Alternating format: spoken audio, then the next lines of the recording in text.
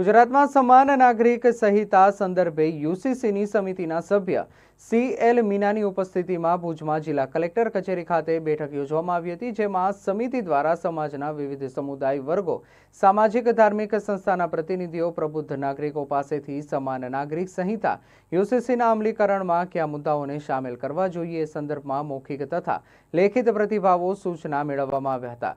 ગુજરાતમાં સમાન નાગરિક સંહિતા લાગુ કરવાની જરૂરિયાતનું મૂલ્યાંકન કરવા માટે સુપ્રીમ કોર્ટના ન્યાયાધીશ નિવૃત્ત રંजना પ્રકાશ દેસાઈની અધ્યક્ષતામાં એક સમિતિની રચના કરવામાં આવી છે।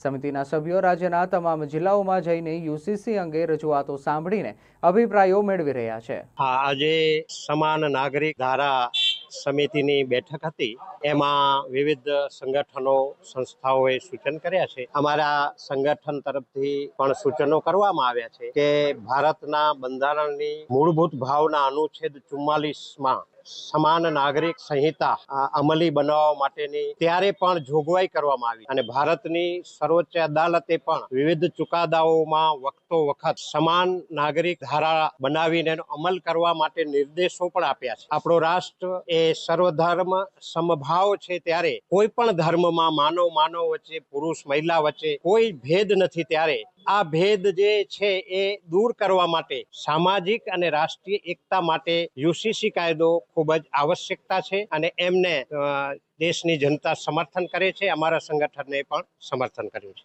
યુસીસી ની યુનિફોર્મ સિવિલ કોડની જે કમિટી સરકારશ્રી દ્વારા ગઠન કરવામાં આવી છે, એની આજે મીટિંગ હતી અને એની અંદર વિવિધ સમાજના આગેવાનોનો અભિપ્રાય લેવા માટે થઈ અને કમિટીના મેમ્બરો આવ્યા હતા। એમને કીધું કે અમે દરેક સમાજના દરેક આગેવાનોના અભિપ્રાય લઈ અને અમે સરકારશ્રીને સુપરત કરશી, એના ઉપર સરકારશ્રી વિચારણા કરશે। અમારી રજૂઆત એ હતી કે આ યુસીસી ની અંદર ખાસ કરી અને મુસ્લિમ સમાજના મૂળભૂત અધિકારોનું હનન થાય છે, એ હનન ન થવું જોઈએ અને મુસ્લિમ સમાજને જે ભારતના બંધારણે 25 થી 28 આર્ટિકલની અંદર જે મૂળભૂત અધિકારો આપવામાં આવેલ છે, એ તમામ અધિકારોનું રક્ષણ થવું જોઈએ, એવી અમારી સમગ્ર મુસ્લિમ સમાજ વતીથી અને અન્ય સમાજના લોકોએ પણ રજૂઆત કરી છે અને સાહેબે ખાતરી આપી છે કે એવી કોઈ પણ વાત યુસીસીમાં નહીં આવે જે સમાજના મૂળભૂત અધિકારોનું હનન થતું હશે।